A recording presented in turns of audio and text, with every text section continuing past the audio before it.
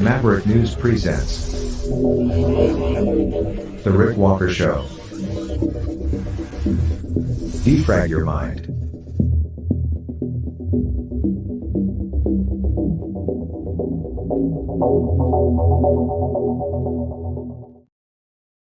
Good evening, everyone. I'm Rick Walker. Welcome back to the Maverick News Channel.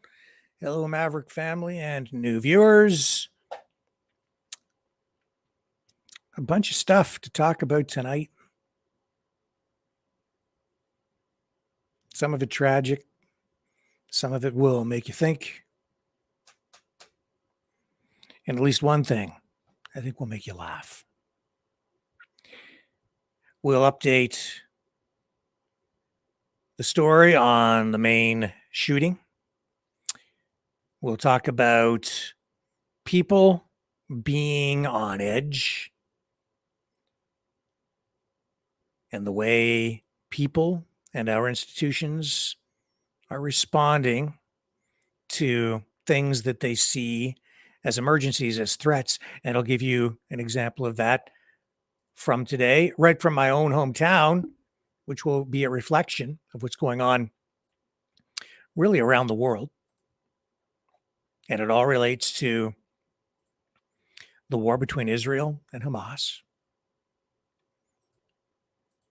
I'm going to show you as well what the future of mobility looks like. And the reason I'm going to do that is because a lot of people are really jacked up and worried about 15-minute cities. And someone sent something to me. Somebody sent something to my attention today that made me scratch my head and laugh, because it's obviously a mistake.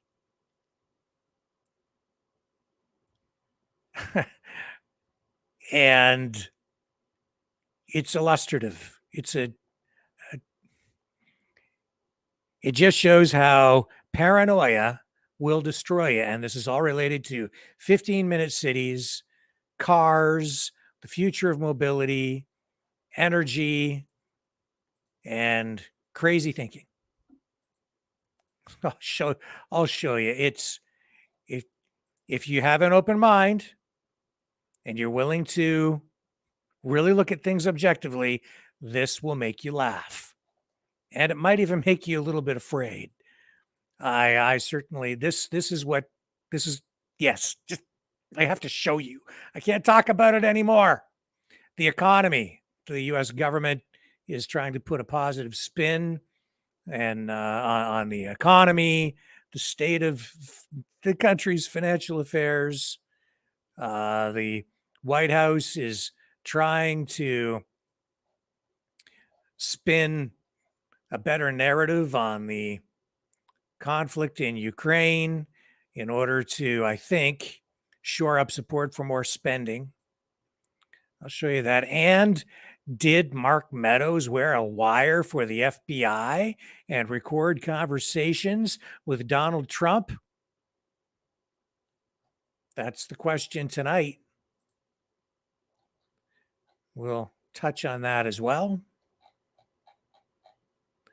And that's kind of where we're at. Those are the main things so far. Oh, I better write this down so I don't forget, because I don't want to forget to run that video that will make you laugh. Okay.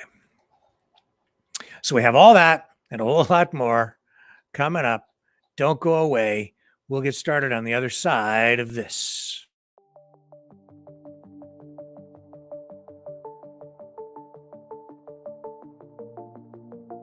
Greetings, brave Mavericks. Our quest for truth continues. We go beyond fake news. Together we expose propaganda. Together we pull others out of rabbit holes. We are maverick thinkers. We are all unique individuals, defenders of individual rights and freedoms, credible, trusted, Grounded in reality. Maverick News. Maverick News. Defending free speech. Free speech. Donate at freedomreporters.com. Do it now. Tomorrow may be too late. Maverick News. The world is watching.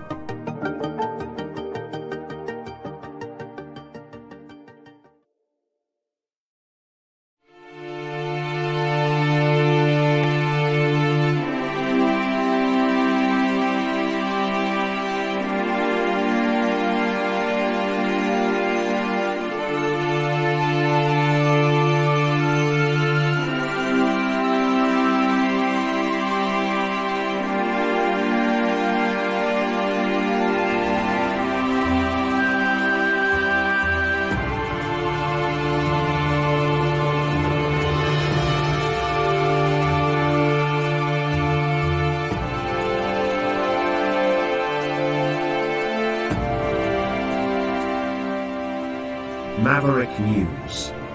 The world is watching.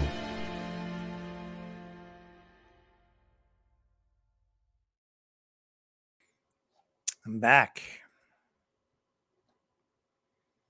So let's get into this story about that shooting. Okay. So what do we know tonight? At least 18 people have lost their lives in that mass shooting, as confirmed by Maine Governor Jeanette Mills. 13 others have sustained injuries, and the suspect, Robert Card, remains at large. Tonight, an alert has been issued Canada-wide for Canada Border Security personnel. So they're looking for Robert Card. And if he tries to get into Canada, border guards, well, they'll be looking for him, and they will probably catch him with the broad net that has been cast all along the Canada-US border. So this harrowing incident occurred at two separate locations within Lewiston, a local bowling alley hosting a children's league event, and a nearby bar. Authorities are actively investigating the situation. And we do have some clips, or a clip at least, from a news conference with authorities from earlier today. Here's a picture of the man wanted for this mass shooting. Here he is, Robert Card.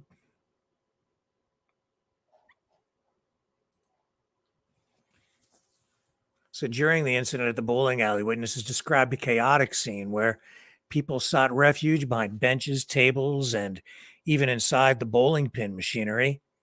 Megan Hutchison was one of the people at the alley with her daughter, and she told media that the terrifying moment when she saw the shooter. Her 10-year-old daughter, Zoe Levesque, was actually grazed by a bullet. She said that she said, "I never thought I'd grow up and get a bullet in my leg," Zoe said. Like, why do people do this? She asks. And it's my understanding that this is something like the over 560 mass shootings now so far this year in the United States. Now, I'm not sure exactly how those stats are compiled or exactly how they classify or qualify something as a mass shooting, but that's the stat that I read today. So in another development, the U.S. Army has released a statement regarding the suspect's service record, refuting claims that Robert Card served as a firearms instructor. Card was a reservist and was assigned to the 3rd Battalion, 304th Infantry Regiment in Saco, Maine, where he participated in training at West Point over the summer. However, there are no records to indicate he instructed or participated in any training as a firearms instructor. So we do have this news conference.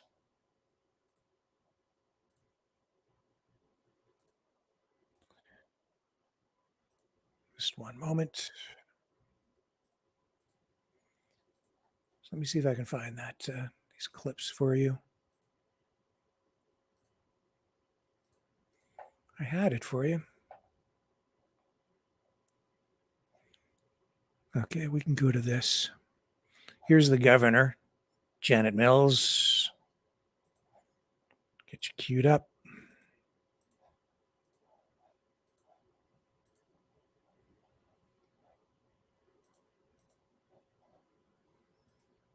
And here we go.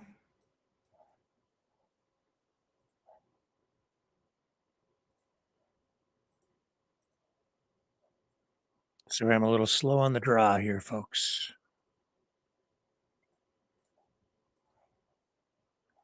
A lot of buttons to push to produce this. Here we go. And again, the governor of Maine, Janet Mills. I'm profoundly saddened to stand before you today to report that 18 people lost their lives and 13 people injured in last night's attacks. In memory of those we lost and in honor of those who were injured, President Biden and I have ordered all U.S. flags and state of Maine flags to be lowered to half-staff immediately for the next 5 days. Maine State Police have issued a shelter-in-place order for Lewiston, Lisbon, and Bowdoin as the manhunt for that person of interest, Robert Card of Bowdoin, continues. I will let law enforcement speak to the ongoing manhunt and to their investigation, but Mr. Card is considered armed and dangerous, and police advise that Maine people should not approach him under any circumstances. I continue to strongly urge Maine people to follow the direction of state and local law enforcement amid this ever-changing situation. Please, if you see anything suspicious, please call 911.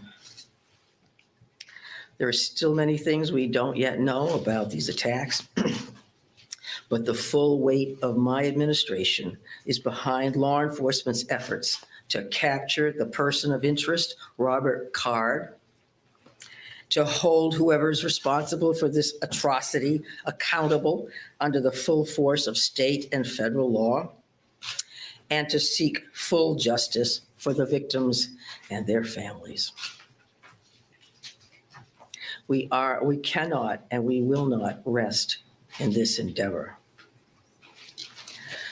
My administration is coordinating closely with local, regional, and federal officials to respond to this shooting. I have spoken twice with President Biden.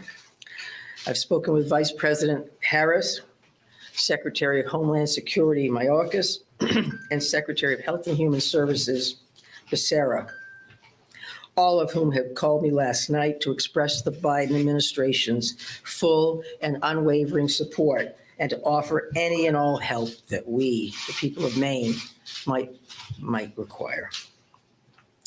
The governors of our neighboring New England states and of other states have contacted me to offer aid, and I am sincerely grateful for their friendship and support. We've been in touch with every member of the Maine congressional delegation, all of whom have offered their full support, for which I am also grateful. I also spoke with Mayor Carl Schelin and Auburn Mayor, Jason Levesque last night to reiterate that we are standing by them and that we are ready to provide any help people in these communities need and to deploy all available state resources, including grief counselors and other mental health services. We need to help our communities heal. If you or a person you love needs someone to talk to during this difficult time, please call or text 988 for free and confidential counseling.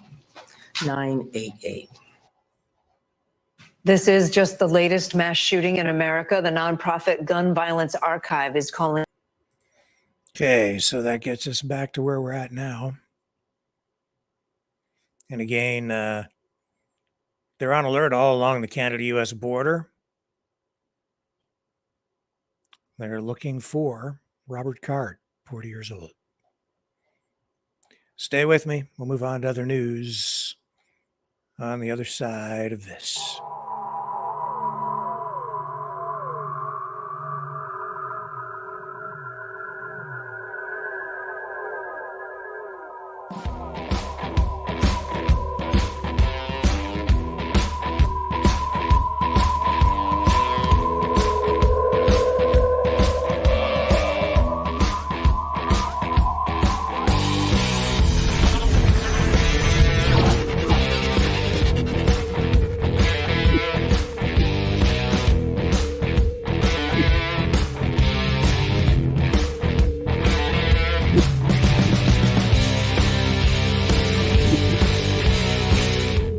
Maverick News. The world is watching.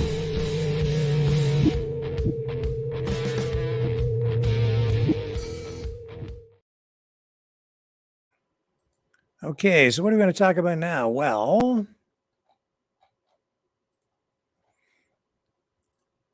what should we move on to here next? The United Auto Workers has reached a tentative deal with Ford. Both parties have confirmed that they have that tentative deal. Union leaders are saying record profits mean record contracts. Ford also issued a statement saying the company is pleased to have reached the tentative agreement on the new labor contract. In the exact words of the Ford executives, Ford is proud to assemble the most vehicles in America and employ the most hourly auto workers. We are focused on restarting Kentucky Truck Plant, Michigan Assembly Plant, and Chicago Assembly Plant, calling 20,000 Ford employees back to work and shipping our full lineup to our customers again. The agreement is subject to ratification by Ford's UAW represented employees, consistent with the ratification process. The UAW will share details with its membership. That's the Ford statement. So you're talking about 57,000 UAW members in the United States who will vote on this deal. And this has been a fairly long labor dispute with UAW members launching their strike against Ford, General Motors, and Stellantis back on September 15th. In total, the union, the UAW, represents 150,000 workers across the U.S. They were demanding a 40% pay increase combined over the 4-year duration of the new contract, as well as a 32-hour work week at 40 hours pay.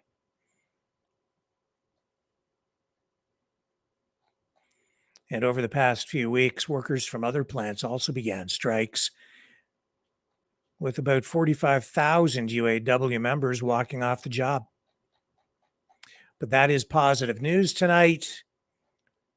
Labor relations getting to a better place. And that's good news for the economy and people in general. If you can keep things rolling, then that's a big bonus. And today, National Economic Council Director Lael Brainerd decided it was time to put a positive spin on some of those economic numbers. So we can go to the White House now for comments from her explaining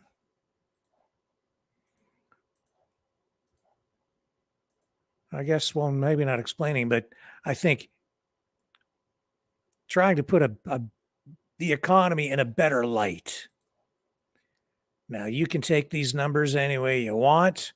My assessment here is that these numbers being released today are pumped up, puffed up, sugar coated.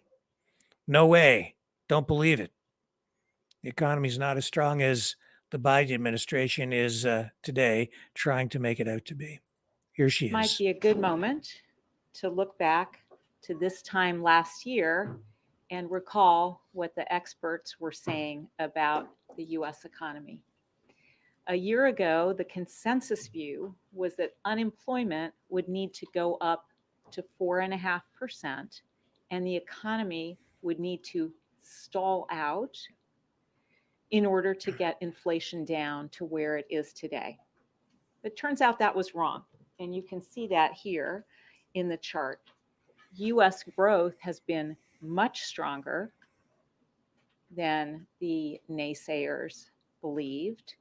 Unemployment has remained below 4% this entire time, but inflation has actually fallen in line with that forecast. In fact, today we learned that GDP grew by 4.9% in the third quarter, even as core PCE inflation on a quarterly basis fell to 2.4%, its lowest level in nearly 3 years. That strong economy is a testament to the resilience of American consumers and American workers, supported by President Biden's plan to grow the economy by growing the middle class.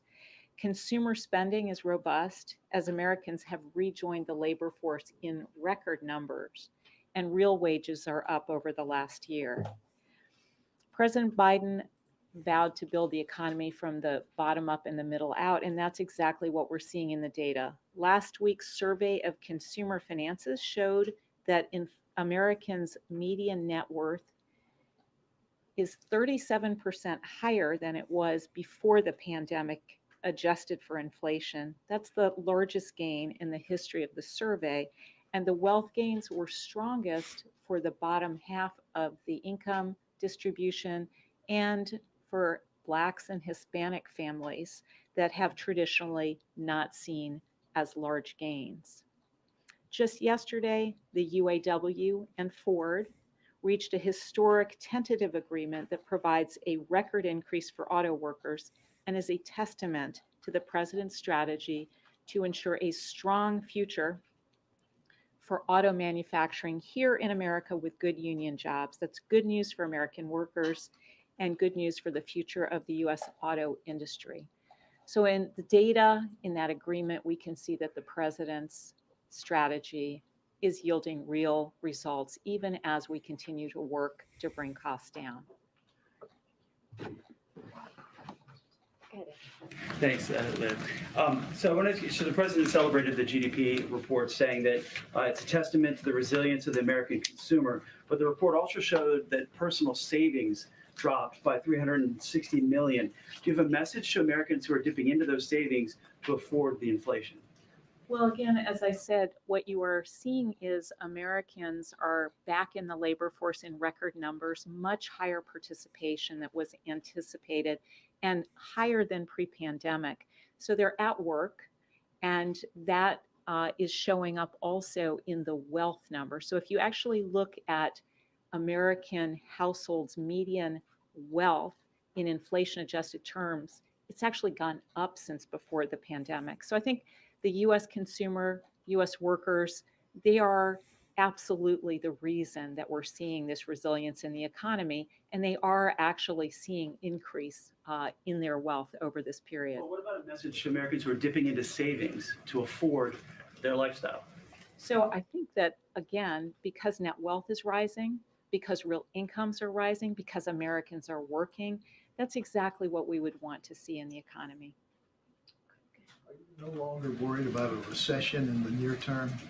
So I think the data in recent months has all pointed in the same direction, which is that we are seeing strong ongoing growth with inflation coming down. We're seeing unemployment staying below 4%, 20 months in a row now, with inflation coming down. And so those data, which have been sustained now for a relatively long period of time, suggest that there's ongoing resilience there. We're seeing small business formation at a record rate. There's a lot of dynamism in the economy that people are really taking notice of. And you know that the president has a historic legislation that is leading to historically high amounts of construction in the manufacturing sector. It's really leveraging private sector investment. So for all those reasons, the ability to see the economy continue growing with inflation down, strongest growth, lowest inflation among the G7. Thanks a lot. Since this GDP number was released, student loan repayments have begun for tens of millions of Americans. Is this a headwind that you see in the U.S. economy for Q4? What Like to see student debt relief go forward. He's continuing to look to find avenues to do that in the wake of the Supreme Court decision. We've already announced a number of programs that have led to large Okay, so for a large number of Americans. But they can give you these numbers. I can tell you that every government all the time, they always spin those numbers on the economy, and they always try to make them look better than they really are. They do it with the methodology they employ in the collection and analysis of the data. So, for instance, unemployment rate, they stop counting people who have given up looking for work. So if you're no longer actively looking for work, then they don't even count you among the unemployed. So the unemployment rate is 3.8% right now. Last year, well, the average, I guess, in the long term, according to the stats I'm looking at here, is 5.71. My guess is it's much higher than 3.8. Much higher than that. But, those are the stats they give us. It's all about how they ask the questions, the numbers they end up getting. You can make your own assessment based on your day-to-day experiences. What's it cost for a loaf of bread? What do your groceries cost? Do you have a job? Do you see much unemployment? Do you see people living on the streets? Do you see tent cities? How much homelessness is there? Can people afford to buy a home? I would say overall, the United States is probably in better economic shape than Canada is right now in many ways. It depends on where you go in the US, though. Anyway, those are the numbers. That's what they're doing. They're trying to spin up a more positive image for the Biden administration. But, I'm not quite buying it. I think that they're massaging the numbers. They always do that. If they're saying 3.8, I bet you it's closer to 6 or 7% for unemployment. That's just my assessment now. Also today, we had this Pentagon briefing.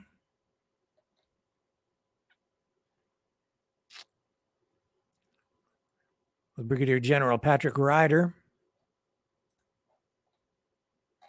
Let's just dip in on that briefly. And then we've also got John Kirby back at the White House, where he is also trying to spin things, I think, to generate ongoing support for the war in Ukraine, generate ongoing financial support, that is. And here's Patrick Ryder. and received updates on Israel's operations to restore security. Talking about the situation in During the Israel discussion, Secretary Austin reiterated Gaza. the importance of ensuring humanitarian aid can be delivered into Gaza and repeated our calls for Israel to ensure the protection of civilians. A readout of the call has been posted to the DoD website. In addition to the security assistance for Israel we've announced previously, I can confirm that in addition to the Iron Dome interceptors we're flowing to Israel, we're also planning to provide the 2 U.S. Iron Dome systems currently in our inventory to Israel to help further bolster their air defense capabilities and protect citizens from rocket attacks. For operation security reasons, I'm not going to discuss shipment timelines or delivery dates, and will defer to Israel to make any announcements regarding future deployment and use of these systems. As part of our efforts With it. Just one moment. Sorry. conflict and further bolster U.S. force protection capabilities, I can confirm that since our initial force posture announcement, approximately 900 troops have subsequently deployed or are in the process of deploying to the U.S. Central Command area of responsibility. These include forces that have been on prepare to deploy orders and which are deploying from the continental United States. Deployed and deploying units include a terminal high-altitude area defense battery from Fort Bliss, Texas, Patriot batteries from Fort Sill, Oklahoma, Patriot and Avenger batteries from Fort Liberty, North Carolina, and associated air defense headquarters elements from Fort Bliss and Fort Cavados, Texas. While I won't talk specific deployment locations for these forces, I can confirm that they are not going to Israel and that, again, they are intended to support regional deterrence efforts and further bolster U.S. force protection capabilities. Shifting gears, the White House announced today a $150 million security assistance package for Ukraine to support Ukraine's urgent security needs. This marks the 49th provision of equipment from DoD inventories to Ukraine since August 2021. This crucial security assistance includes air defense capabilities, artillery, ammunition, anti-tank weapons, and other important aid to help Ukraine counter Russia's ongoing aggression and continue its fight for independence and freedom. As you've heard Secretary Austin and other senior leaders say, the United States will continue to stand firmly with Ukraine, and we will continue to have their backs. Finally, the department released its annual report on suicide in the military for calendar year 2022 today. This report serves as the official release authority for annual suicide data on service members and their families. The report also highlights current and ongoing department-wide efforts to reduce suicide risk among service members and their families. Although the department is cautiously encouraged by some of the information in this year's annual report, we remain deeply concerned about suicide in the military community. The health, safety, and well-being of our military community is essential to the readiness of our total force. Every death by suicide is a tragedy.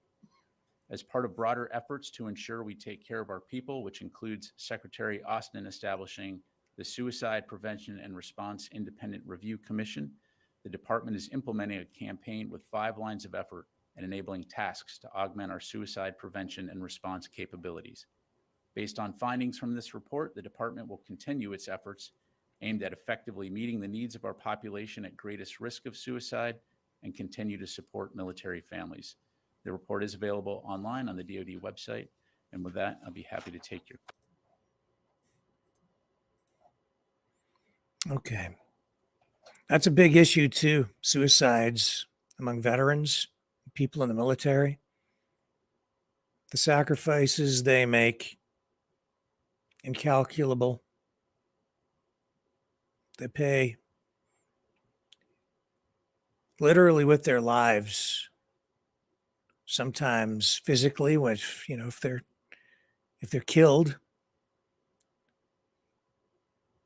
while serving, and in many respects, they pay with their lives because of the mental anguish that they suffer after serving.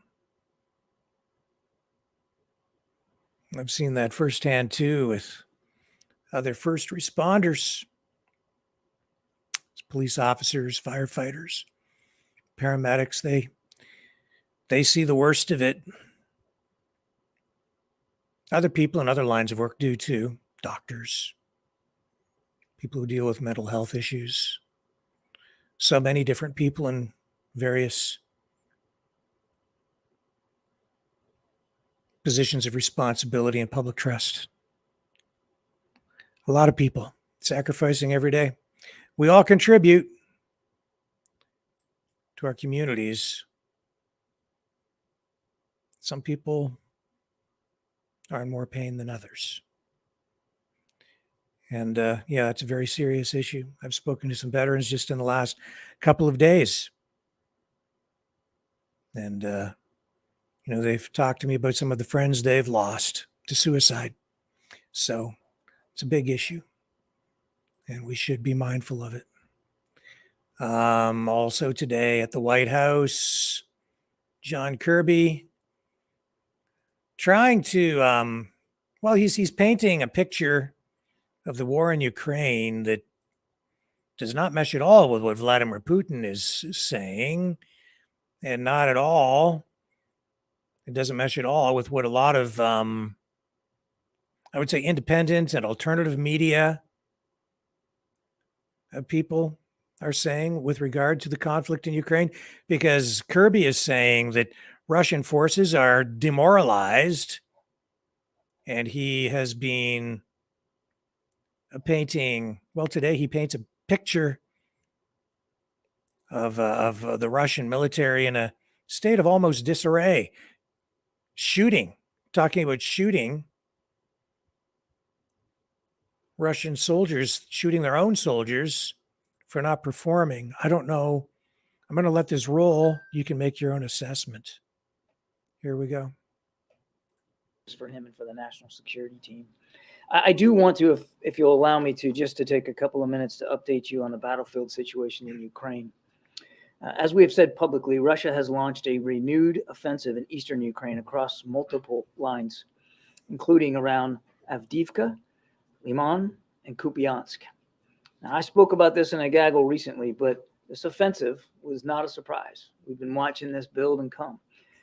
We've warned that President Putin still aims to conquer Ukraine, and we've been working to ensure that Ukraine has the equipment it needs to defend its territory. Just today, you may have noticed, we announced another package of security assistance, which includes air defense capabilities, Javelin anti-tank missiles, more artillery ammunition, and more ammunition for the high mobility artillery rocket system, otherwise known as HIMARS.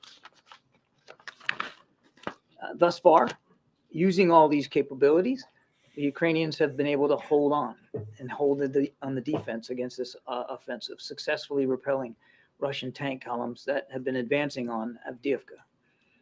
Since the 11th of October, Russia has suffered significant losses in this offensive attempt of theirs, including at least 125 armored vehicles around Avdiivka and more than a battalion's worth of equipment. We expect more Russian attacks to come. This is a dynamic conflict, and we need to remember that Russia still maintains some offensive capability and may be able to achieve some tactical gains in the coming months. Now, to pursue that outcome in Avdiivka and elsewhere on the battlefield, Russia continues to show no regard for the lives of its soldiers. We believe they have suffered thousands of casualties in their effort to conduct this offensive, some of them on the orders of their own leaders. We have information that the Russian military has been actually executing soldiers who refuse to follow orders. We also have information that Russian commanders are threatening to execute entire units if they seek to retreat from Ukrainian artillery fire. Russia's mobilized forces remain undertrained, under-equipped, and unprepared for combat. As was the case during their failed winter offensive last year, the Russian military appears to be using what we would call human wave tactics, just throwing masses of these poorly trained soldiers right into the fight. No proper equipment, no leadership, no resourcing, no support. It is unsurprising that Russian forces are suffering from poor morale, given all these conditions. Russia's renewed attempt at an offensive is a sobering reminder that President Putin is not giving up on his aspirations to take all of Ukraine. And as long as Russia continues its brutal assault, we have to continue to support the Ukrainian people in their self-defense, because his intentions are clear. You heard the president talk about this last week. He basically said that if Western weapons to Ukraine stopped, Ukraine would have a week to live. So To ensure that we can continue to do that, it's critical that Congress step up and pass the supplemental request that the president put forward last week, which included a significant amount of resources for Ukraine, for their self-defenses, for their humanitarian and economic needs. It's time now to move forward with that supplemental funding, because time clearly is not on our side or on that of Ukraine going forward. So with that, And that's what it's all about right there. That's why he said what he said. It's because they are trying to justify and shore up support for more money, more support. That's what it's all about. There's the truth. He didn't come out and say it that way, but you don't need to read between the lines. You just have to look at it and you go, oh, that's it. It's right there. What's the truth? I'm not there. I'm not on the front lines fighting that battle. None of us are. So we're at the mercy of all the information. Some of it's true, some of it isn't. A lot of it's a lie. 2 different sides, 3 different sides, 10 different sides, an unlimited number of sides. We don't know. All you can do is take all the information and try to make sense of it. And see if you can figure out what the truth is by looking at everything. What's going on with Donald Trump? Oh my. If this is true, holy Toledo. Did Mark Meadows wear a wire and work with the FBI? Did he record conversations with Donald Trump? So allegedly, Mark Meadows was working for the FBI as an informant and wore a wire to record all the conversations that he had with Donald Trump while he was serving as chief of staff. Now, if that's true, well, that could set off another firestorm. Is that even constitutional? Some would say it's criminal. I don't know. We do know that as of yesterday, we reported that Mark Meadows, it appears, will be cooperating with those trying to convict Donald Trump in court. Trump didn't seem too concerned about it yesterday, but now we're hearing that he worked for the FBI as an informant, that Mark Meadows did. And if he recorded all those conversations and they have them and they can, I don't know what the law says regarding the use of such recordings in a court of law. We're talking about recording the president secretly. Yeah, there must be something to it. I don't think it would have gone this far in terms of media attention if it wasn't true. Here's an old clip of Trump talking about loyalty and how he views it and how he deals with people that he feels betray him. Just for a little context tonight. I'm so loyal to people. Maybe I'm loyal to a fault, but I'm so loyal to people that when somebody's slightly disloyal to me, I look upon it as a great act of horror. And how are you different than you were 3 or 4 years ago? Well, I used to say, and in fact, I think I said in the first book that, and maybe this was foolish, but I really meant it, that someday I'd like to maybe lose everything for a period of time to see who's loyal and who's not loyal. And I found out a lot of things. Did you find out who's loyal and not loyal? I tell you what, and you can't guess it. You can't predict it. You think certain people will be loyal no matter what. And it turns out that they're not. And you just can't predict it. It's very difficult. And I think I would have treated people differently. I think that, some of the people that were most loyal to me are people that I didn't think would be. Some of the people that were least loyal to me are people that I think I would have treated them differently. I think I would have treated different groups differently. I would have wiped the floor with the guys that weren't loyal, which I will now do, which is great. I love getting even. But I will. You love getting even. Oh, absolutely. You don't believe in the eye for the eye? You do. No. I know you well enough. I think you do. But anyway, But tell me, I mean, you're going to get even with some people.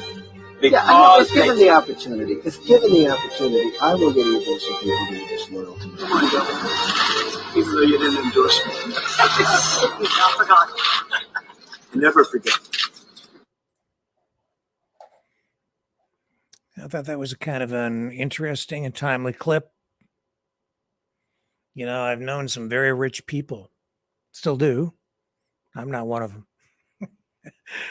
But a couple of people in particular that brings to mind for me because, you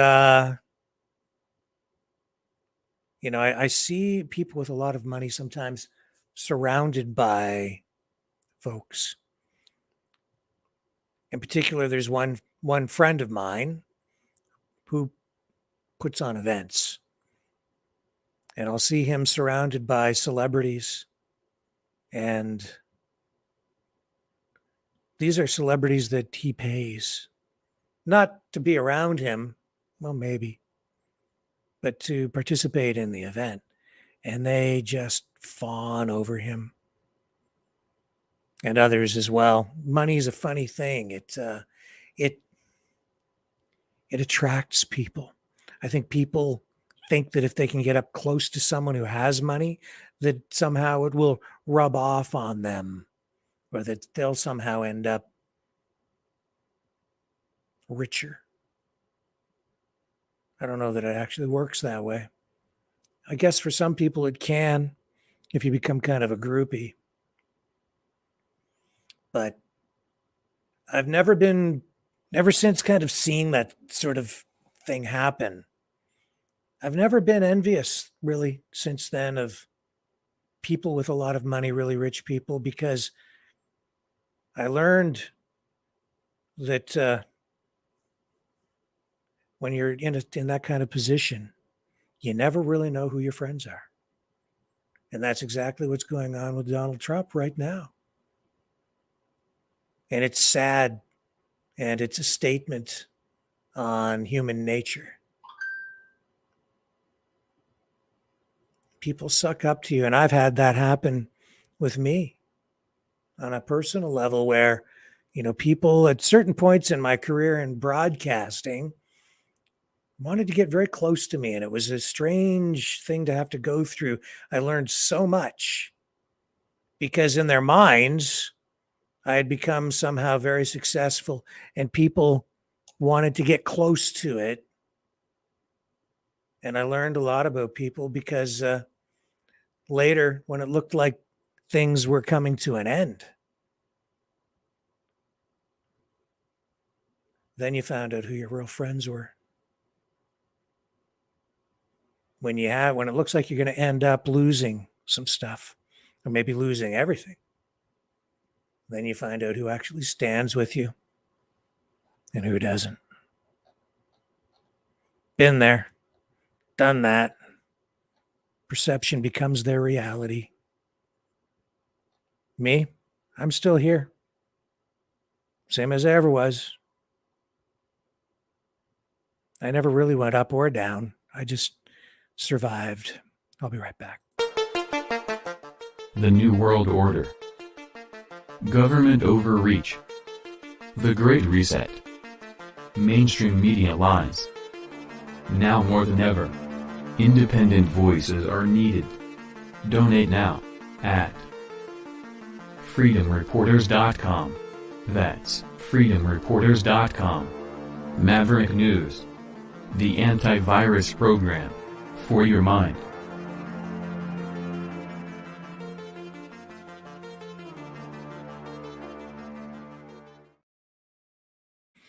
Okay, let's talk about this 15-minute city thing. First of all, I'm not going to sit here and scare the crap out of you like other people do. I'm just going to be straight up about it, give you my own assessment. You can believe what you want to believe. 15-minute cities, I have issues with them, not to the level that some other people have, because paranoia will destroy you. And I think there's a lot of paranoia centered within the 15-minute city. On the other side of it, I think a lot of other people maybe aren't concerned enough about them. I think the truth is somewhere in the middle, and I'll get to that. So I know that on the one side, some people think the 15-minute cities are going to result in or represent the coming of essentially some sort of a prison for the masses where you won't be allowed to leave and they're going to lock you down. And it's the most dystopian vision of the future ever. And you won't be able to leave your district and stuff like that. I don't think that's really what they are at all. I think a lot of that talk has just gone to crazy places, insane places. And the people selling you those ideas, they're either profiting from it or they're nuts, one or the other. The truth of the matter is, I think that there are some people out there who have embraced this. I think it is a globalist driven vision of the future, World Economic Forum, communofascistic authoritarianism, combination of these things coupled with environmentalism and so on. Hang on, another message coming in here. A lot of it, honestly, is about cars, in my view. I'm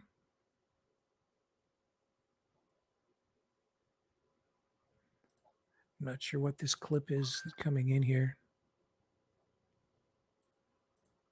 I don't know what it is. I don't know why this is being sent to me. A lot of it is about cars, environmentalism. People, they're being told you can live in these 15-minute cities, and within a 15-minute radius of you, you will be able to go do all your banking, your shopping. You probably won't need to own a car. Everything you need will be within 15 minutes of where you live. And so it means really more population density, packing more people into a smaller area so that less travel is needed. They will penalize people who do want to travel with taxation. That taxation will be applied if you leave your district using a motor vehicle. When you cross over that borderline, they will hit you probably with a tariff or a toll, like going down a toll road. So they'll charge you essentially a tax for driving your car because they don't want you driving cars, burning up energy. They want you to just live in a smaller area. So if you choose to travel a lot, essentially, they're going to tax you for the privilege of traveling, which is unconstitutional because we do have freedom of mobility, freedom of movement enshrined in the Constitution, but they'll tax you for it in the name of environmentalism. So that's really, I think, the biggest thing. And of course, yes, there is tracking, but they don't need really to do that with, the lampposts in front of your home. They're doing that with your car. They're doing that with your phone. They're doing it to you already. And yes, there is surveillance going on. There's the middle ground there, right? But things have progressed to a point of, honestly, today, this is why I think that there's insanity on both sides and very little middle ground. I'm not a fan of the 15-minute city concept. I don't like it. Essentially, I think people in some places are living in 15-minute cities already. My daughter lives in downtown Toronto.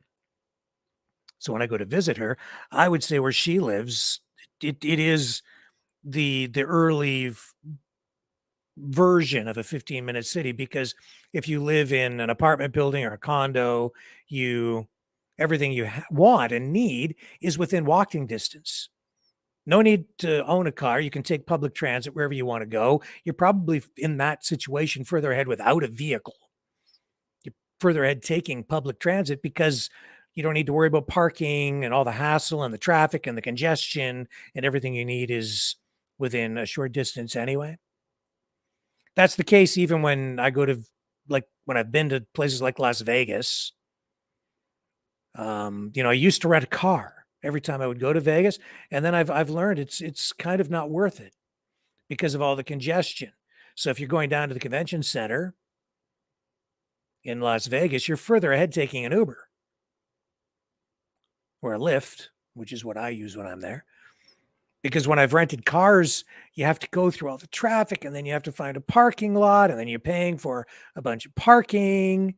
And then you sometimes have to walk a long distance from the parking lot because there's so many people who have parked anyway. You're parking a long distance. But if you take an Uber or a Lyft, then they'll drop you off right near the front entrance. You get out, you take your stuff, and away you go. And for the cost of the parking, you've already had your ride, and when you're ready to go, you just call. Anyway, there are pros and cons to both sides of that. But if you want to drive out of the city, then you want a car. So then I would rent a car. So it's just about the most efficient way to get around. Those are sort of the main issues. A lot of it is about cars. And I'd say the environmental extremists, if you want to call them that, are very focused on cars, and that's a lot of what these 15-minute city concepts are about. But some people are using it as a political tool to get people to, I would say, subscribe to a particular political ideology or particular way of thinking, or just to generate clicks and likes and even donations. And they use it as a form of, I would say, even fear mongering in a way, because they take it to an extreme. And today something happened. This was sent to me, and it just took it to a whole new level of stupidity. Honestly, I have to be just blunt, and I'm sorry, but that's what it is. Today it just reached a new level of, honestly, stupidity. And some of you won't want to hear what I'm about to say, but I'm going to show you anyway, because this is just stupid. And this is posted by a guy. I think he's a nice fella. Means well, but this is just dumb. I can't take it anymore. It's baking my brain. And why people continue to follow this, I'm sorry, but I have to show you, okay? I have to. I can't resist. It's just too much. Too much. Are you ready? Okay, look, this is Gordon. Gordon, I love you, man. Okay, but come on. Come on. Seriously. This is the city of Peterborough, Ontario. So Gordon, who a lot of people followed to Ottawa for the convoy nonsense, it turned out to be whatever. He's still going on. And Gordon, come on, man. Gordon today posted this. Gordon says that this is the city of Peterborough carved up into 15-minute districts, 15-minute cities within the city of Peterborough, Ontario. It says here is Peterborough 15-minute cities laid out in color. Okay? So this isn't actually like what Gordon posted this. He shared this, I guess, okay? And this is from somebody else, but Gordon shared this. Come on, man. Come on. What the heck are you sharing here? And I'm not sure who the original poster is. This is attributed to, what is it, Penny Jones. Come on, be careful about what you're posting, Gordon. A lot of people pay attention to you, and this is ridiculous. Okay? Penny Jones, I guess. Like, just come on. What? It's not, these are not 15-minute districts. That's a garbage pickup map. That's like the zones for Peterborough for the waste management schedule.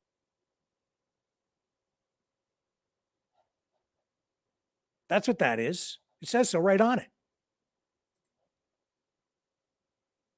And people are sharing that because they believed it.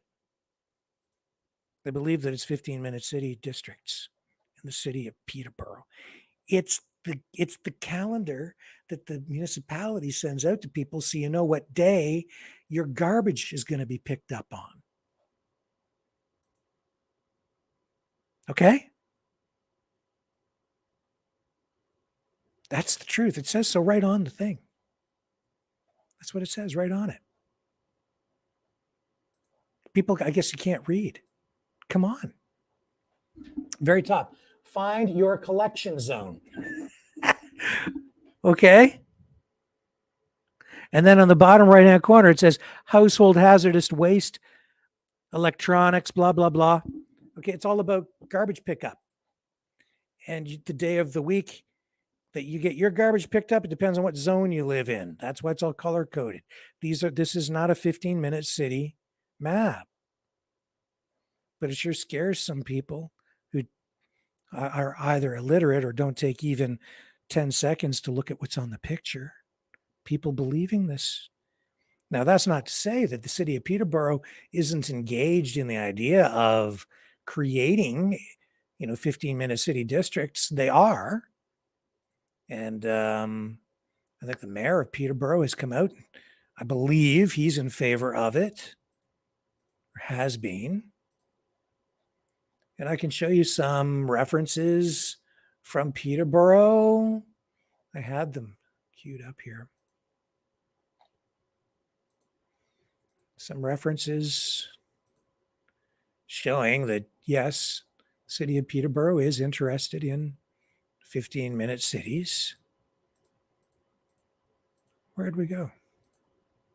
I swear to God, some of these things disappear off my tabs in the course of doing.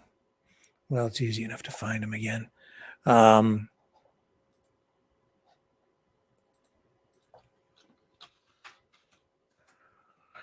Easy enough. So here's Green Up, Peterborough Examiner.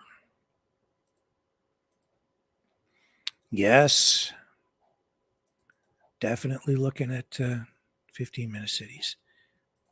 Here we go. Here's an article from the Peterborough Examiner. This goes back to 2021. Peterborough could become a 15-minute city, it says, with schools online and many people working from home. This, of course, talking about pandemic life. It may be odd to imagine what life was like when you commuted to and from work, perhaps with a stop at the school to drop off the kids. Imagine being able to walk your kids to school or daycare, commute to work, enjoy recreational opportunities, and be able to pick up what you need from the store. Imagine being able to do all that while always being within a 15-minute walk or bike ride from your residence. This might seem like a fantasy, but there is a growing interest in the 15-minute city urban planning concept. This concept offers many ideas that can be extrapolated to various situations supporting active transportation and the livability of our own community. And it goes on. Climate crisis, impact of COVID-19, talking about planners throughout the world have suggested various travel times, but the basic concept is the same. More sustainable and convenient cities where there is less reliance on vehicles, right there, and more emphasis on residents' well-being. And they talk about, more working from home, less commuting, less traffic, less congestion, more urban density. Complete streets are designed to be safe and inviting for all road users, incorporating design and infrastructure that supports walking, cycling, and vehicle users of all ages, abilities, and needs. When the built environment supports safe walking and wheeling in ways that are inclusive and accessible for all individuals, there's also a positive influence on the rates of active school travel.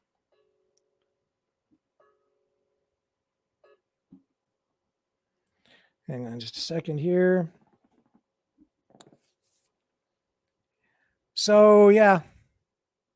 Here in Peterborough, it says Green Up recognizes the power of engaging communities in the planning process. Programs like Neighbor Plan and student travel planning facilitate participatory planning activities to empower, educate, and engage communities in the planning of their own neighborhoods.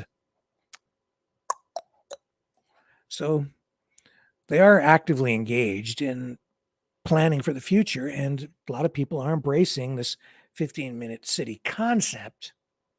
Some cities are actively engaged in trying to now build such communities. What is it about? It's about the things that I've described. And I don't want some of those things. I don't want to be restricted on where I'm allowed to drive, whether I should be allowed to have a car or even own a vehicle. And there are some who believe that the future would be better if people were not allowed to own their own vehicles. And even the car companies have embraced that very idea. And they did so years ago, even long before we started talking about 15-minute cities, because I can recall going to auto shows. Oh man, it's got to be 10, 12 years ago. And companies, the auto companies, were already beginning to look at themselves and talk about themselves in public presentations as mobility companies, not so much automotive companies. The CEOs of some of the major auto manufacturers, I sat through speeches at auto shows listening to them talk about their own companies this way, because they knew that their industry was going to be going through a massive transformation. And we're experiencing that right now. We're at the beginning stages of that, with this transformation to an electrified vehicle future being driven not by market demand, not by the people, but by government and corporations like Ford, General Motors, Honda, Kia, all of these big companies moving along in harmony with that, because they're being incentivized to do so with government grants and regulations. But is it good for people? Well, I don't think it's good for freedom. I don't think it's good for freedom at all. And I can tell you that a lot of other people don't think it's good for freedom that way either. Now, I'm not as paranoid about these 15-minute cities as a lot of other people. I try to see get the right balance in my mind about and look at things objectively. But the one thing that I think is central to the whole thing is vehicle ownership. Now, here's Katie Hopkins. You'll recognize Katie, prominent political figure, conservative, I would say. And here she is on True Conservative Minutes on YouTube. And she's talking about this very thing: vehicle ownership in the future as envisioned by the globalists. Okay, Katie, take it away. You may have heard that in Wales there is a new law going to be enforced that says where there was formerly 30 miles an hour, the default speed setting in those 30 mile an hour zones will be 20 miles an hour. I don't know if you've ever driven your car at 20 miles an hour, but it literally feels as if you're going backwards. They say the idea is to lower noise emissions and to encourage people to cycle or to take public transport, to recognise that a car isn't the fastest option. I mean, the absurdity of all of that rationale is obvious, but what are people going to do? Drive up to the 20 miles an hour zone, park their car, get out, walk that bit, and then what? Realise that they've left their car the other side of it. How does this work for the elderly who can't walk or bicycle wherever they feel like it? And what about mums with small kids in strollers? Are they supposed to just, throw them on their shoulder and get on the bike? I also think it's really disingenuous to keep kind of explaining this stuff away with false rationale that has nothing to do with the real reason behind it. I heard a lady on the radio say, well, if fuel prices can continue to go up, people will be put off from using their cars. And that's exactly the point. That's the real strategy behind all of this, to make it as inconvenient as possible to use your car in order that you change your behavior and we begin the process of taking away the right to own a private vehicle here in the UK. I believe, and I believe it's absolutely the strategic plan, that nobody in the UK will own a private car within 5 years. I don't believe you will have the right to do that. It also helps explain things like 20, 30 miles of restricted speeds on motorways. People asking, why is it 60 miles an hour? Why is it 50 miles an hour? And you'll be told, oh, emissions or greener targets. But in fact, it's all about dissuading you from using the private vehicle. And for people who say, oh, yes, but electric's the answer. Not one day it won't be, because there'll be an countrywide electric fleet. You will have to summon it using an app, and eventually that will be restricted as well. Going back to COVID and that whole restricted radius that you were allowed to live in 5 kilometers from your home address, it's not too hard to see how that was some early conditioning for a time when not only do you not have the freedom to own a vehicle, not only do you not have the freedom to drive, but you no longer have the freedom to go more than 5 kilometers from your home address. And undoubtedly, you'll have had to have earned social credits in order to be able to do exactly that. Wales is just another glimpse of this bigger strategic plan that's in play.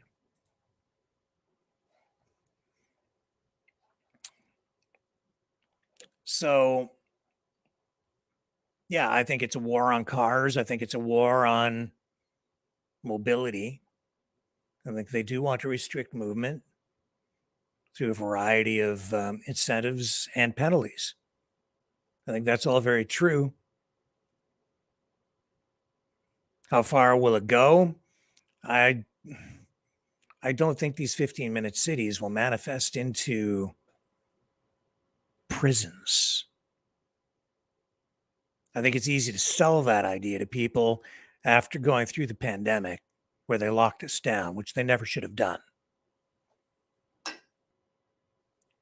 In the end, people won't stand for it anyway. If everyone is locked into a district of, you can't leave more than 5 kilometers, no, people are not going to accept it. And it's that would be so far. Would you accept it? No, you wouldn't. You would defy it. People, especially in Canada and the US, who love freedom en masse, would absolutely say no. Guaranteed. So this idea that we're all going to end up locked in 15-minute cities, be unable to leave, people won't accept it. We're never going to let it go that far.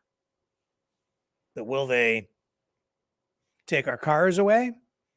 They could. They absolutely could. And they are so misguided. So, I'm just, that's my opinion. I just don't think it's as bad as some people say, and it's not nearly as benign as other people say, or as harmless. It's not. There are real concerns here, and we need to get engaged in the political process to make sure things don't deteriorate to a point of horror and dystopia. But people won't accept it anyway. And any government that tries to do that to people, it'll get shut down. It'll be the government that gets shut down, not the people, when it gets to that point. I guarantee it.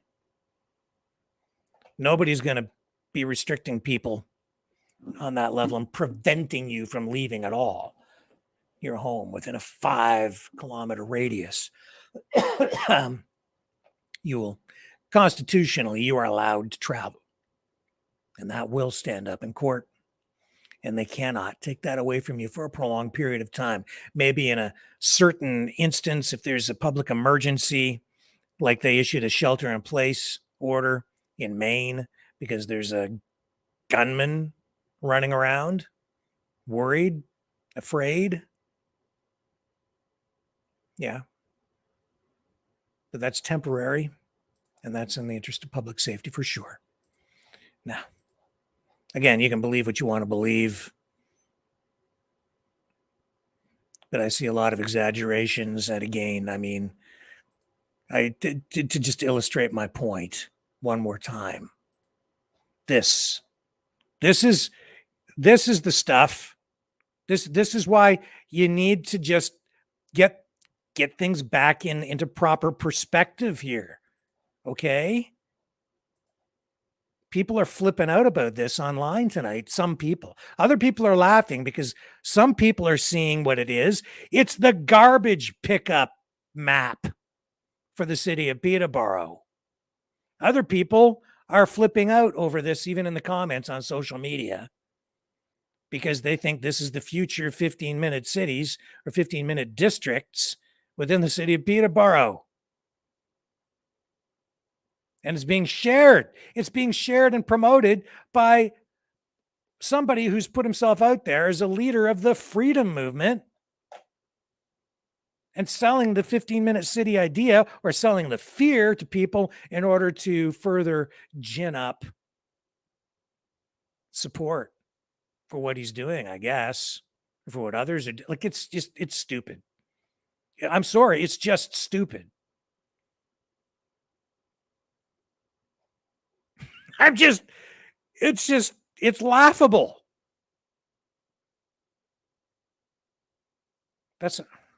And some people actually believe it, but that's okay.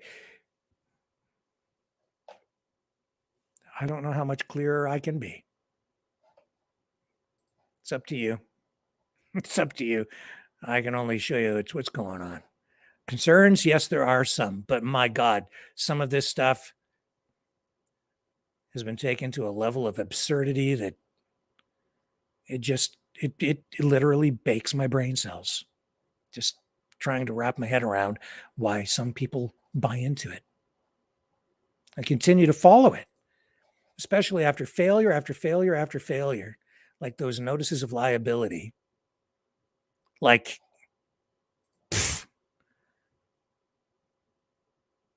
3 years of handing out notices of liability. And I said from the very first time I saw one, I said, that doesn't make sense. That won't work. And people kept handing them out en masse to the point where even I've been receiving notices of liability. Me. I didn't inject anybody with anything, and I didn't tell anybody to go to get injected with anything, and I haven't been injected with anything, and I'm getting a notice of liability emailed to me, which I promptly ignored because they don't work. There's no legal foundation for those things to stand on anyway. It's just stupid. That's more stupidity, and this is more stupidity, and that's why, because of that kind of stuff, that people on the freedom side keep on losing and losing and losing and losing and losing. It makes me wonder if some of this stuff isn't presented to people on purpose to misdirect, misinform in a way that ends up wasting a lot of people's time and energy. How dumb is it all? Pretty darn dumb. Really dumb.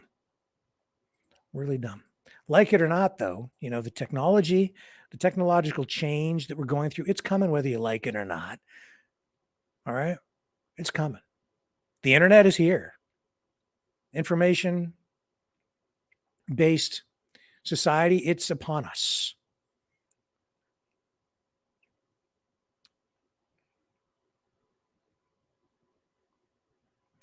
It's coming. So just, I say, learn to live with it. Try to turn things to your advantage as much as possible. Embrace it, minimize the damage, accentuate the positive, if there is any. And don't be afraid. Change is inevitable. It's the one constant in the universe. Everything changes. There's nothing we can do to stop it. There will always be change. The best thing we can do is adapt, learn, and hopefully prosper and make life better for everyone around us and ourselves as we go through these changes. So I'm going to now run this because electric vehicles, they're coming, they're here, and there's going to be more of them, whether we like it or not, because the governments around the world are embracing this, encouraging this, forcing this. Some of the stuff that's going on out there is actually pretty cool. You may remember the old RX-7 sports car from Mazda. Well, today at the Japan Mobility Show, a show which features really the future of transportation for the world, Mazda unveiled a new concept car called the Iconic SP. And it's a car that I think actually could represent a brighter future because it's not solely dependent on electricity. It uses electricity, but it can also run on hydrogen. It has a dual rotary engine in it, which harkens back as a tribute to the RX-7, which used a Wankel rotary engine in its day. And so I did this report for my automotive show today. It hasn't run anywhere else yet. This is fresh. It's new. The car was just unveiled at the Japan Mobility Exposition in Hiroshima. And I'm not going to show you everything from the show, but I am going to show you this car because it's pretty cool. And it represents, I think, what the future could be, because hydrogen is a completely renewable energy. You make hydrogen from water, and when you burn it, you get carbon dioxide and water back in the exhaust. There's no carbon from it at all. And it's completely renewable, and it's perpetual because as you make it and burn it, you get back the very ingredients that you need to make more of it. Some challenges for hydrogen, to be sure, but I still think it might actually be the energy of the future. I've said that since I was a kid. I still believe in hydrogen. And you can gas up quickly with it, not sit there and wait for a long time to charge like your EV does. Depends on how you use it, though. And in this case, I believe they are using the hydrogen to generate electricity for the vehicle. This is a hybrid concept car. And whether you agree with the technology or not, the car itself, the design, very cool. I love the creativity and the expression, the artistry that goes into the creation of concept cars. I'm going to run this report for you now, and I'm going to shut up so I can talk again. And now a look at a new concept car from Mazda, the Mazda Iconic SP, unveiled at the Japan Mobility Show in Hiroshima.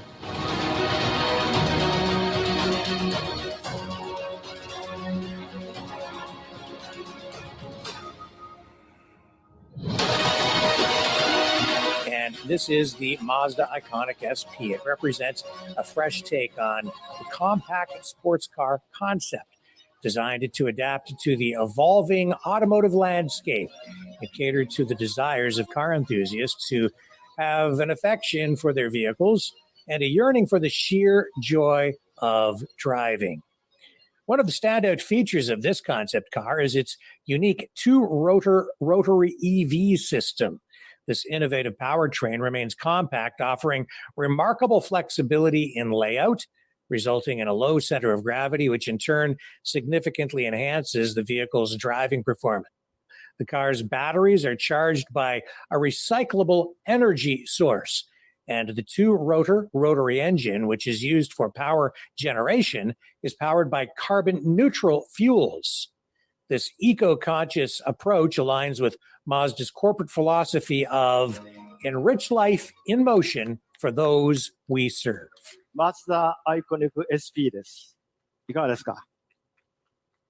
操る楽しさにあふれたコンパクトスポーツカーコンセプトです。私たちは骨格に強いこだわりを持っています。それは人馬一体、美しいマツダデザインの源となります。この低いボンネットを生かした唯一無二のプロポーション、それを実現させるコンパクトでレイアウトが自由な2ローター、ロータリー EV システム、視界の良さや理想重量配分などの運動性能諸言にもこだわっています。So the Mazda Iconic SP's design focuses on achieving proportions with a low center of gravity that conveys a sense of excellent driving performance. And yes, it harkens back to that classic sports car, the RX-7. The two-rotor rotary EV system can burn various fuels, including hydrogen, and generates electricity using carbon-neutral fuels. In addition, when the battery is charged with renewable energy, the car can also operate in a virtually carbon-neutral state. With high output, a low center of gravity, and weight distribution close to 50-50, which is ideal, the Mazda Iconic SP offers exceptional driving performance. Furthermore, despite being a sports car, it can actually serve as a power source for various applications, including outdoor activities when you go camping. The car's exterior body color, viola red, was carefully crafted, selected to echo Mazda's desire to cherish the color red, and aligns with the corporate philosophy of enriching life and motion for those we serve. So this unveiling, as I say, took place at the Japan Mobility Show, organized by the Japan Automobile Manufacturers Association. It's a tribute to Mazda's sports car heritage and a nod to an EV future.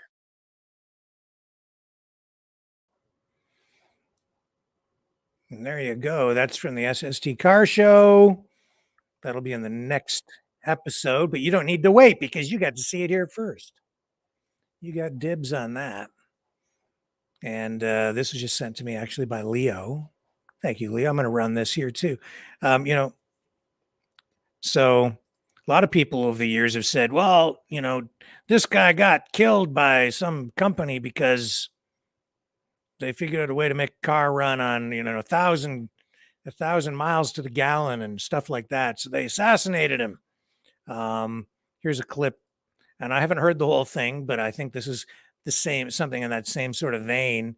And there is some truth to the idea that there are fuels out there that we have not really tapped into, and fuels out there that could be, very, very cheap or maybe even free in the future.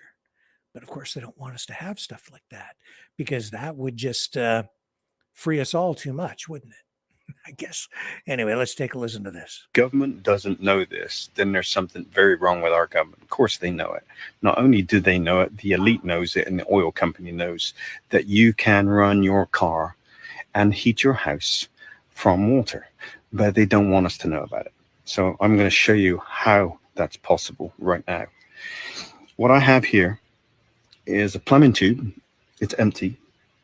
And I have this piece of metal put together with rubber bolts and rubber washers in between them. None of the metal is touching each other, and 2 wires on the top. Okay, easy thing. You can do it with a knife and fork if you want. Just stick a knife and fork in a bucket of water, and as long as they don't touch each other, you can create hydrogen gas.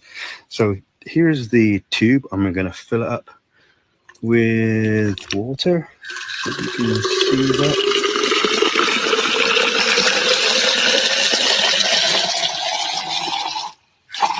Hopefully that's enough. And I'm going to put this thing inside of it like this. Make sure it's, I might need a little bit more water. There we go.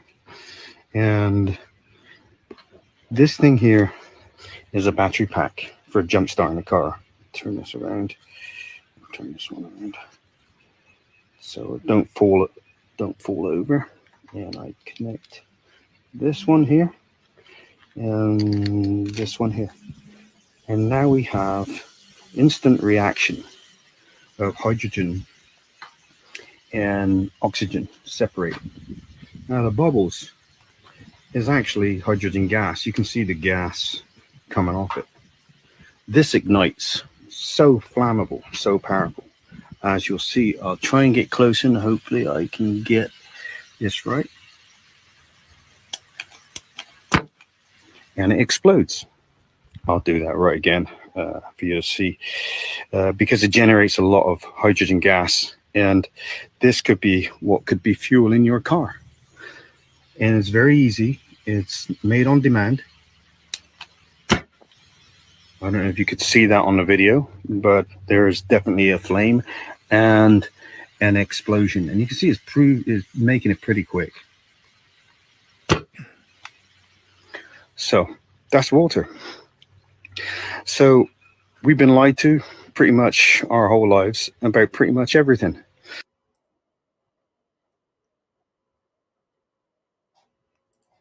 Yes, that's sort of true. You make hydrogen from water. If you want to make hydrogen properly, you use distilled water. So there are no minerals in it or pollutants, no chlorine and things like that. So you just start with straight H2O, just pure H2O, and then you get pure hydrogen as a result in the end. And it does work. It absolutely does work. There are some issues, some technology drawbacks or shortcomings, challenges that they've had to overcome in order to make it viable, but they have made it work. And you've seen hydrogen vehicles in places like California being tested on a large scale, and they are viable. But there are some issues.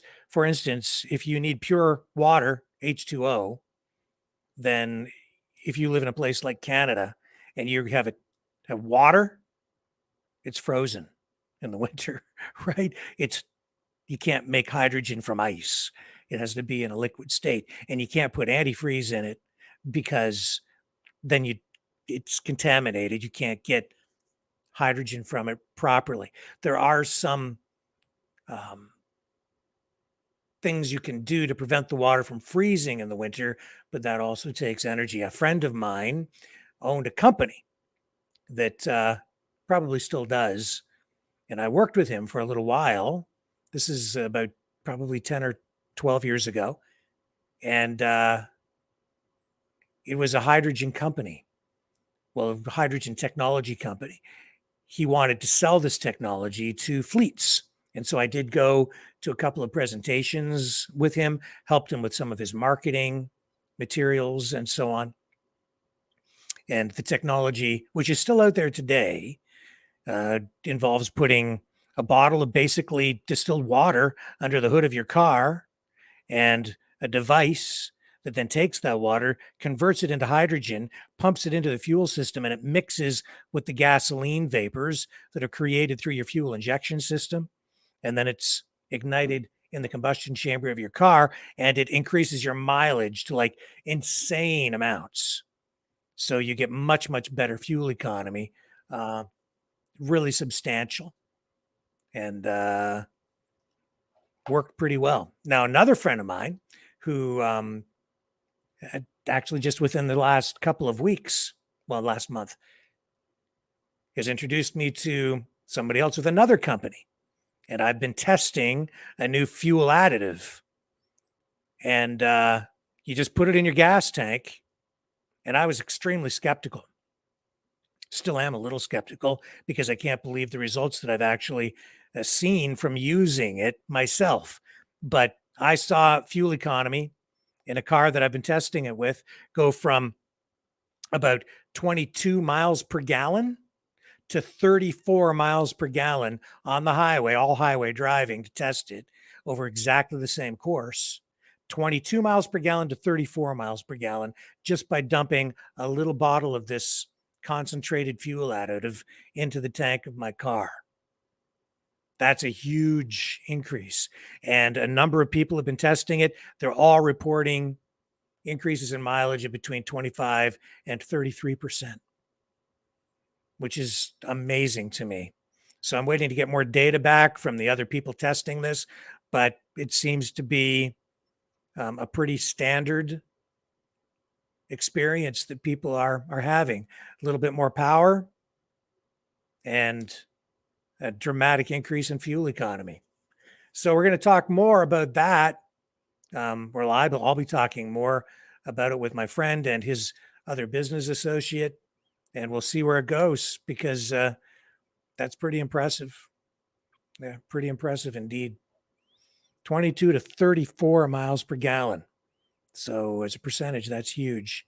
Anywhere from say 20 to 30% increase, maybe more, in fuel economy alone. And that's a very cool concept car, I would say too. Wouldn't you? I think that thing is beautiful. The lines, and it certainly pays tribute to the old Mazda RX-7 rotary engine. Mazda embraced that. And, you've got the RX-8 out there. Very cool cars. Never owned one. I personally never really wanted one because I was always afraid of those rotary engines. Not like a standard piston-driven powertrain. But the future, I don't know where it's going to go in the end. But hydrogen, that's the fuel, man. That's really the fuel, because you make it from water and you get water and carbon dioxide back, and that is environmentally friendly. And then you have exactly what you need to make more hydrogen in the end. Some technological challenges with that, but it also, over the years, got a bad rap, largely because of things like the Hindenburg disaster, where people in their minds, when they think about hydrogen, they'll think about the Hindenburg explosion, because the Hindenburg was filled with hydrogen to make it lighter than air, so it would float and fly. And because it was full of hydrogen, the hydrogen, which is flammable, got the blame for the fire and the disaster that killed so many when it crashed into that inferno, which is burned into the collective memory and psyche of people around the world. But the truth of that is that the fire that you actually witnessed, that was the skin mostly of the airship itself that was burning. The hydrogen, most of the hydrogen actually was released, and while some of it burned, most of it just escaped and floated up into the atmosphere and dissipated. It wasn't the fire itself was not the hydrogen burning. That was the shell of the Hindenburg airship. And then it collapsed, and oh my God. But because of that, people today still associate hydrogen with an exploding airship. And in their mind, that is the horror of that is one of the things that has crippled our our efforts to maybe find hydrogen as a viable energy source for the future. So now we've got Elon Musk taking us into electric vehicles, which I think is going to be the biggest environmental disaster in human history in the end, because of the strip mining for the lithium and the other minerals that are needed to make all of the batteries, which we will then have trouble recycling or disposing of. It's going to end up we're going to end up with huge toxic waste dumps with all of these old batteries, which will leach toxic chemicals into the soil and the groundwater, and we will poison ourselves to death because we are listening still to this day to these environmental extremists who really have not thought things through carefully enough, and in the end are really doing more damage to the environment than good, because they do not really understand the science. But what they do understand is virtue signaling. What we really need is real solutions, not a bunch of political posturing. The New World Order. Government overreach. The Great Reset. Mainstream media lies. Now more than ever, independent voices are needed. Donate now at freedomreporters.com. That's freedomreporters.com. Maverick News. The antivirus program for your mind.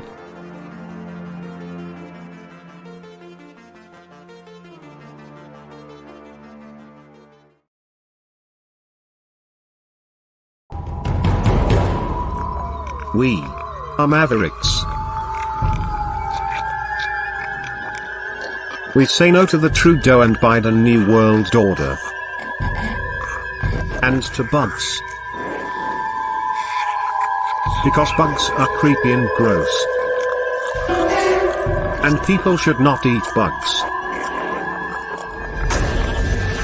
Maverick News. The world is watching.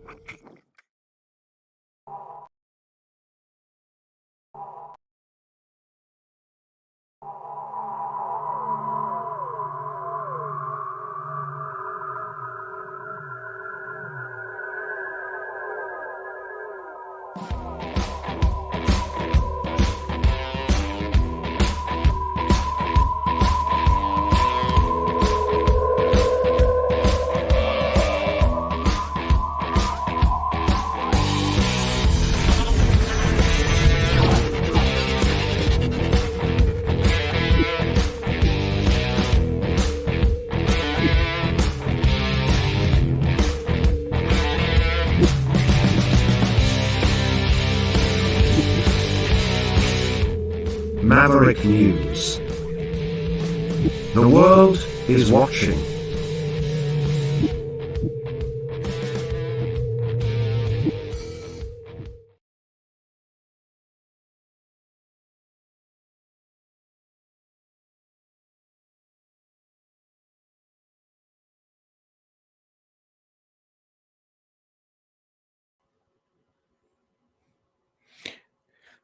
Sorry about that, folks. The computer is getting bogged down here a little bit.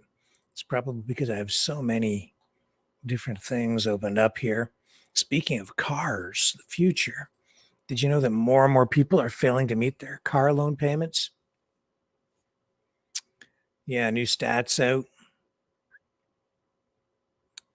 New report from the Bank of Canada's, from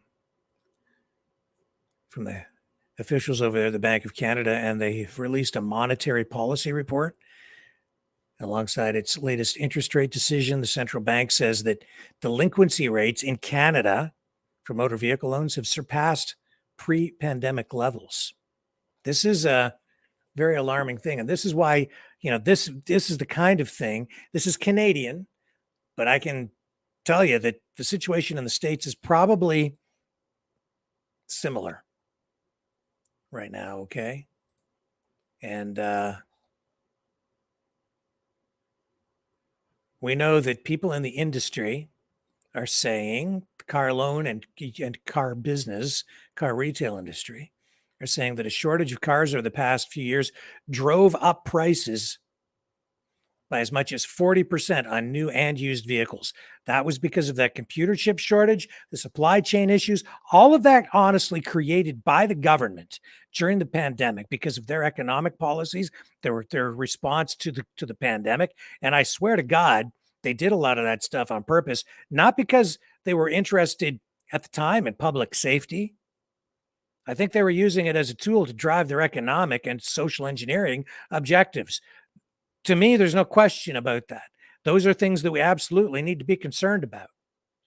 And as the government envisions, Justin Trudeau, Joe Biden, when they're thinking of the future and their globalist utopia, they, with the auto industry, are thinking electric vehicles. It's time for a great reset. They said so during the height of the pandemic, and they used that opportunity to forge ahead with policies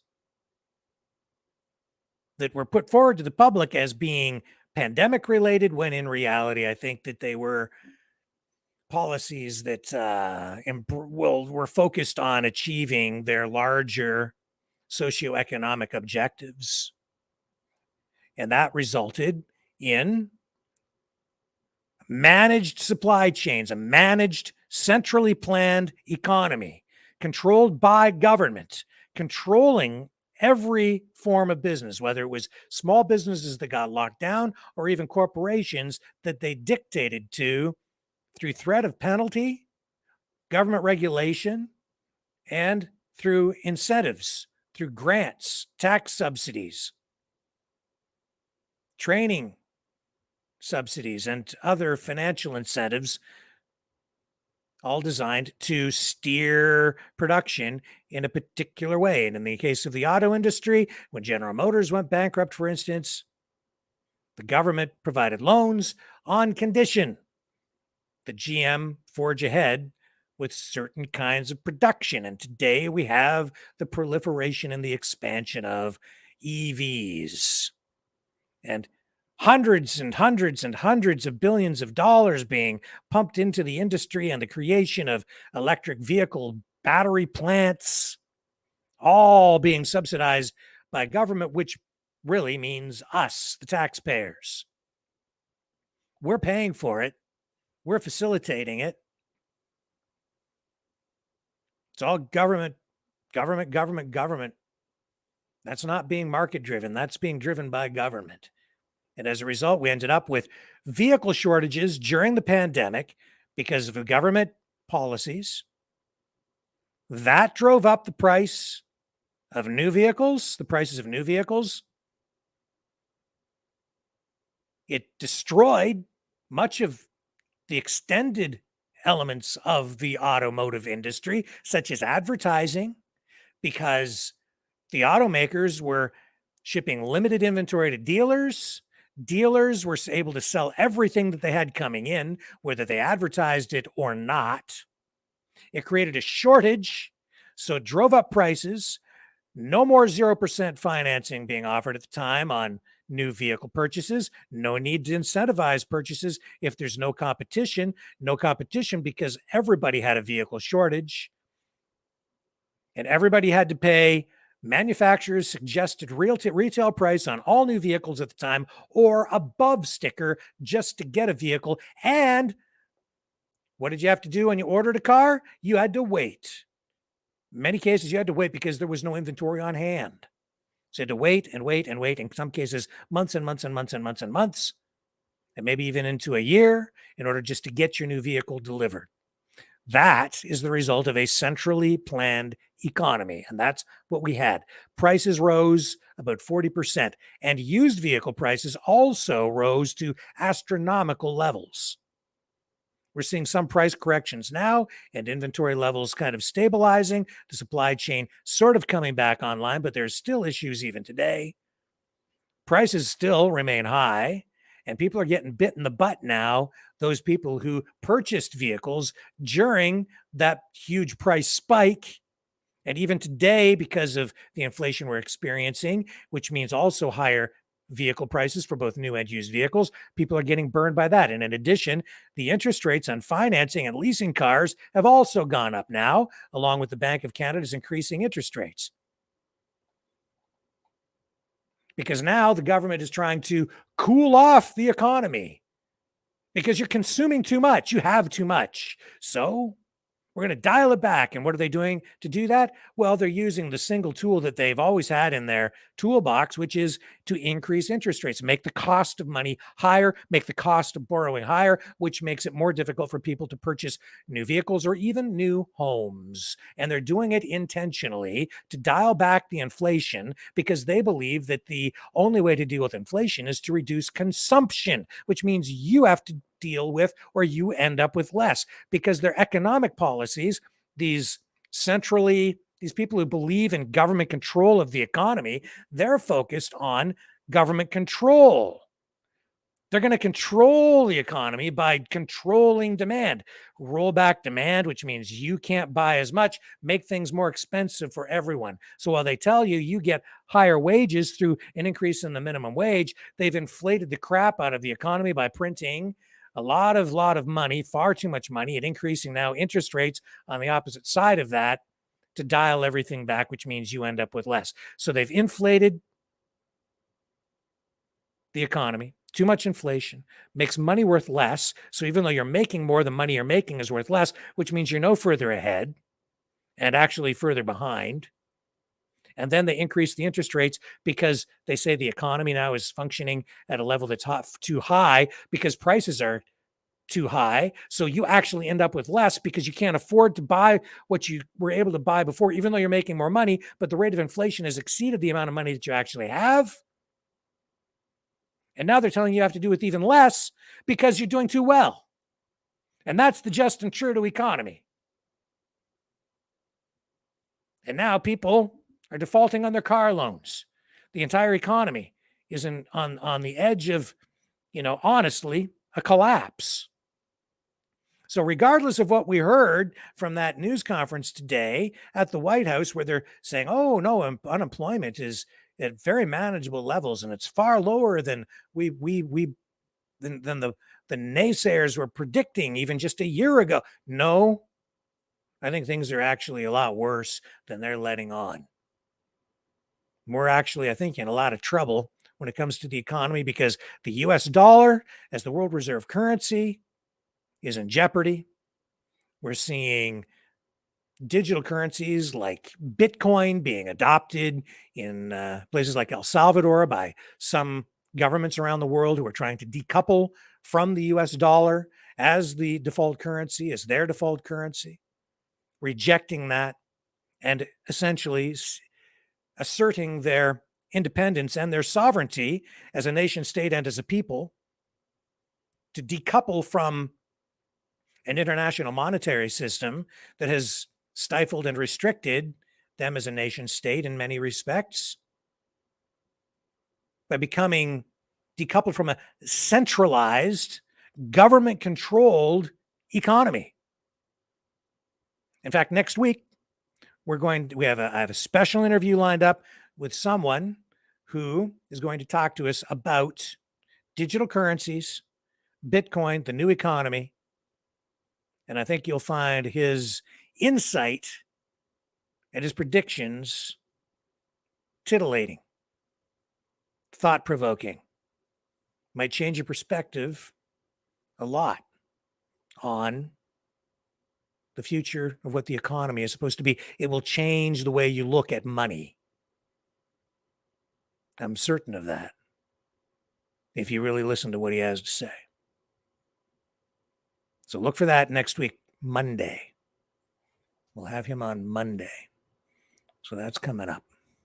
But the economy, obviously not in the best of shape because we are seeing a lot of people now defaulting on credit card payments, auto loans, and if we start seeing defaults on mortgage payments on any sort of scale, that could trigger a real downturn in the economy, maybe even a depression if we haven't been there already.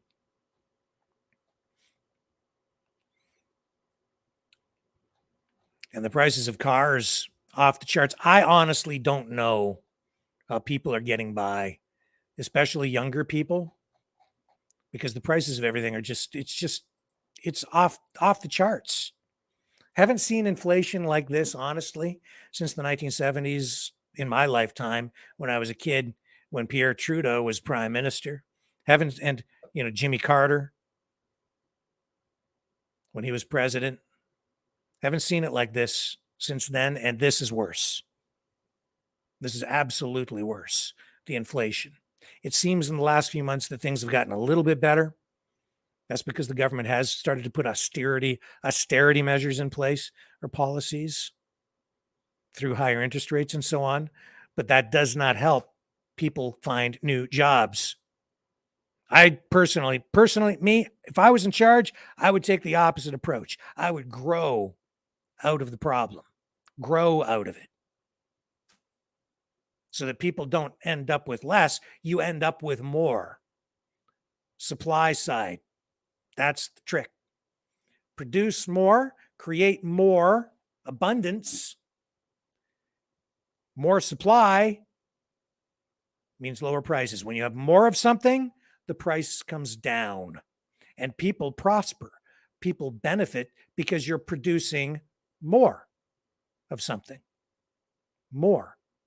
That's also why we need to bring production back to North America, to Canada and the United States. Actual production, actual industry. We need factories here churning out products. Because if all of the production is outsourced to places like China and, well, just pick any country around the world where we have goods produced for cheap prices and it ends up being the most expensive stuff we've ever bought in our lives, because that also fuels inflation. Because now all of the stuff you're importing is imported. It's not produced here. There's no value added. It's just straight up consumption. And now your economy is based entirely on debt. And we have a lot of that, record levels of it, to the point now where I don't know if it's sustainable. And if you don't think that these wars aren't related to that, give your head a shake, because that is exactly why we are at war. That's one of the main reasons. It's all about the economy. It's about the dollar, the dominance of the US dollar, the dominance of the United States economically. It's the United States trying to preserve its place globally as the superpower, trying to preserve its position of dominance in a unipolar geopolitical reality that is no more. Because now we have, honestly, a multipolar geopolitical situation, whether they like it or not.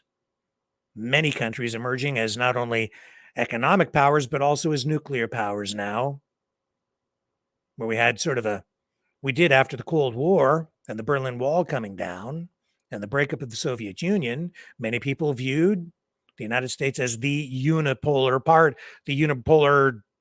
country of dominance, one country dominating everything, the only true superpower. But Russia has recovered. Now we have even Iran with potentially nuclear weapons on the horizon, China with nuclear weapons, North Korea with nuclear weapons, Russia still with its nuclear arsenal and hypersonic missiles and technology that even the United States does not have. The US, I'm sure, has some pretty incredible technology as well, and a lot of things that we don't even know about.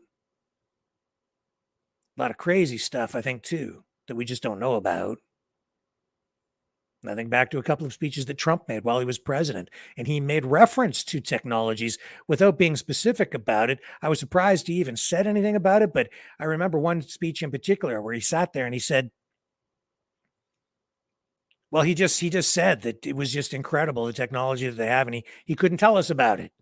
I thought, why would you even mention it then? But it was like, it just sounded like it was something so out there that it almost sounded alien in nature, which makes me wonder if maybe it isn't alien in nature, but we don't know. I don't know.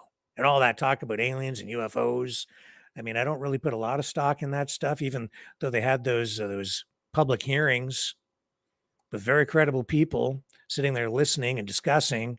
But I think a lot of that was political theater, because at the end of it all, we really are no closer to the truth on that matter at all, are we? And yet we went through a couple of months of pretty heavy duty alien UFO talk and blah, blah, blah. But there's more to it than that. And that, I think, was all part about, I think it was all related somehow to just screwing with people's minds, I think. And now we've kind of backed away from it again. It's been put back on the shelf. We're not even hearing about it as much, but except in certain areas of, I would say, alternative media online, where you still hear talk in those veins. But anyway, I digress. What I do want to do is, because it's now a little after 8 p.m., is I do want to run that one clip. And again, thank you, Leo, for sending this. This isn't necessarily news, but it is funny as heck. And I would say it's so Canadian. Since we're up here in Canada, I'm going to share it with you. We were talking about making energy from water. Well, it's not just energy you make from water. In Canada, they make a lot of beer too. Yes, it's true. Beer. And this is an old clip that I think I don't want that one. Keep bringing up the wrong tab. Here we go. This is funny. I hope you can see this. This is as big as I can make it. This is in Facebook Reels, so I'm just going to run it off there. Anyway, sit back and enjoy. This is just a short one. freshest natural spring water so that we can bring you, our consumer, the cleanest, highest quality beer possible. After all, beer consists of 98% water. Arrowhead Beer. Quality you can trust. Hey, what the f*** are you doing? What the f*** does it look like I'm doing? Jesus! Don't piss in the water! What the hell do you want me to piss? In the boat? So it was off TikTok. It was actually in the reels, but yeah, whatever. It's funny. I think it's funny anyway. There's truth for you. Anyway, folks, that gets us to about 8 p.m. I'm going to wrap it up a little early again tonight. If you want to support the show, you can do that by donating at freedomreporters.com. You can also donate at maverickdonations.com. Please like, share, subscribe. If you're on YouTube, hit the notification bell. And yeah, head on over to Rumble. Subscribe over there. We're growing on Rumble, and we need the support there. I wasn't hooked up over on YouTube earlier tonight. I think we did finally get some viewers on there. It wasn't until the last minute that I realized it didn't hook up because we are still banned on a couple of our channels there. We're just running on the number 3 backup channel. So if you're over there, subscribe on that YouTube channel as well. That will really help us. That's a repurposed platform for us so that we can continue to run on YouTube. And a few people watching on there, but nowhere near the numbers we normally get because people are having some trouble finding us. So maverickdonations.com, freedomreporters.com, like, share, subscribe. You can still donate over on the Rumble rants as well, which works like the super chats over on YouTube. You guys, you're the only source of support we have to keep this thing going. So, truth, real truth, not just politically motivated truth. I'm trying to bring you actual truth. Everybody uses that word so loosely these days. It's hard to know who's telling you the truth and who isn't, I guess. But you know what my pledge is to you, and that is to always try to get you closer to the truth through free speech, free media, and that's what we're all about here. And to do that, we just simply need your help because we're not monetized in any other way except for the little bit that we do get from Rumble, which is about $1.95, and not very much. It really doesn't pay. And demonetized everywhere else, and it's solely up to you, the viewers, to keep this whole thing going. We will be back tomorrow night, 6 p.m. Eastern Standard Time. Thank you, everybody, for joining me here on the program. An absolute privilege, as always. Love you guys. Catch you tomorrow on the flip side.